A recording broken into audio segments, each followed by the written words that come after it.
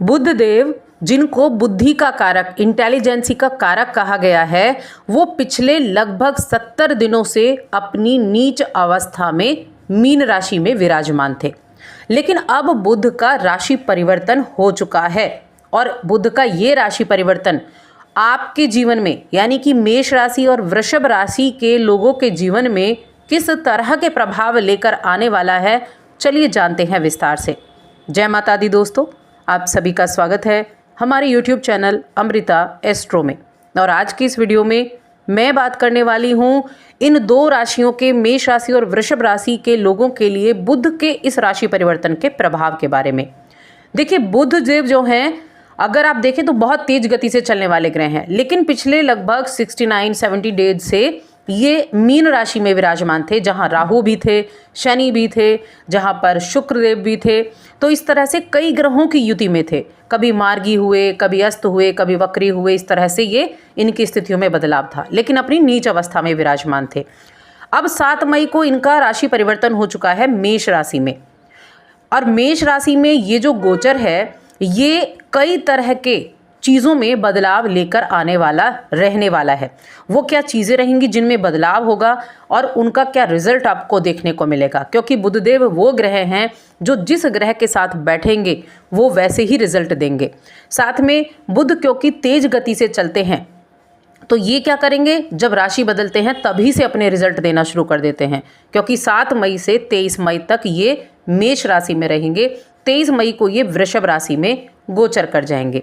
तो इसीलिए ये बहुत जल्दी अपने रिजल्ट देने में आपको कामयाब करने वाले हैं। तो वो रिजल्ट क्या होंगे उनके बारे में हम जानेंगे। तो आगे बढ़ने से पहले छोटा सा निवेदन है, चैनल पर पहली बार आए हैं, अभी तक चैनल को सब्सक्राइब नहीं किया है तो सब्सक्राइब ज़रूर कर लें। कुंडली दिखाना चाहते हैं तो स्क्रीन पर आपको नंबर मिल जाएगा, वहाँ आप हमसे कॉन्टैक्ट कर सकते हैं। देखिए, जहाँ बुध की बात चल रही है, तो बुध क्या है, बुध है आपके फाइनेंस से जुड़े हुए, जो इंटरनेट है उससे जुड़े हुए जो भी कार्य हैं उनके कारक हैं, बुद्धि के कारक हैं, शिक्षा के कारक हैं, इन सभी चीज़ों के कारक बुध देव होते हैं। आपकी संवाद शैली, आपके संचार के कारक भी बुध देव हैं। विचार हो गई, बातचीत हो गई, इन सभी से जुड़ा हुआ ग्रह होता है बुध देव।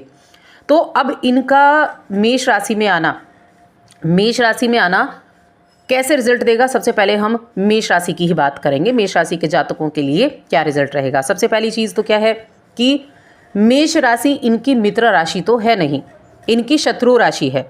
लेकिन क्योंकि ये अभी नीच अवस्था में थे और यहाँ पर पहले से सूर्य मौजूद हैं, सूर्य के साथ बुध की युति हुई है, और ये बुध का एक बहुत ही ज़्यादा आप कह सकते हैं गुण है या अवगुण है कि जिस ग्रह के साथ होगा वैसे रिजल्ट देगा।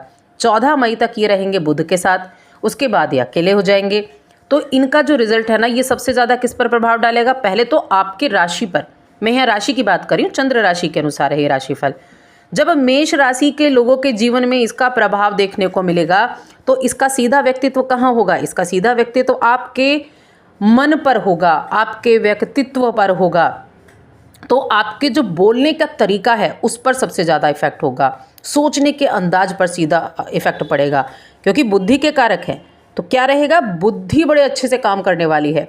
आप अपने विचारों को बहुत अच्छे से सामने वाले के सामने प्रस्तुत कर सकते हैं, इतने इफेक्ट ये आपको डालने वाला रहेगा। बिजनेस के कारक हैं, तो बिजनेस में बहुत अच्छे लाभ ये दिलाने वाला है आपको। आप अपने आप को बहुत ज़्यादा एक्टिव और बहुत ज़्यादा कॉन्फिडेंट महसूस कर पाएंगे। आप अपनी बात को साफ साफ लोगों के सामने प्रस्तुत कर पाएंगे, यानी कि आपके कहने का मन करेगा कि बातों को एकदम क्लियर किया जाए, साफ साफ किया जाए। किसी भी तरह की बहस हो जाए, किसी भी तरह की चर्चा हो, वहाँ पर बढ़ चढ़कर हिस्सा लेंगे। और इस दौरान आपकी सोच भी बहुत तेज़ होगी, आप बहुत जल्दी फैसले ले सकते हैं। लेकिन यहाँ क्या होगा, आधी अधूरी जानकारी के आधार पर कोई फैसला ना लें, ये चीज़ आपको ध्यान रखनी है, क्योंकि जब पूरी जानकारी नहीं होगी तो नतीजा अच्छा नहीं होगा। कॉन्फिडेंस अच्छा है, लेकिन कॉन्फिडेंस में आपको चीज़ें ये देखनी है कि आप उस पर कितने श्योर हैं। बातों में ज़रूरत से ज़्यादा तेज़ी या कठोरता ना आने दें, थोड़ी सावधानी भी है। अगर आपके मन में कोई भी आइडिया, कोई भी प्लान है जिसे लंबे समय से आप टाल रहे थे, तो अब उसे शुरू करने के लिए बहुत अच्छा समय रहेगा। बस ध्यान क्या रखना है, जल्दबाजी में छोटे छोटे ज़रूरी पॉइंट्स मिस ना हो जाएं, इसका ध्यान रखना है। यानी कि बात करते वक्त सीधी और सरल भाषा का इस्तेमाल करना है, किसी भी नतीजे पर जल्द से जल्द ना पहुँचें, इसका ध्यान रखना है आपको। यहाँ से देखिए बस आपकी हेल्थ थोड़ी सी प्रभावित होती हुई दिखाई दे रही है कि हेल्थ आपकी थोड़ी सी प्रभावित हो जाएगी, तो हेल्थ का ध्यान रखना है आपको। इसके अलावा ये जो समय है, अगर आप सेल्स के फील्ड से हैं, मीडिया मार्केटिंग के क्षेत्र में काम करते हैं, तो आपके लिए अपने बॉस के साथ अच्छे से बनाकर चलना होगा, इसका ध्यान रखना है आपको। और साथ में ये समय आपके लिए कला से संबंधित क्षेत्रों के लिए बहुत अच्छे रिजल्ट देगा।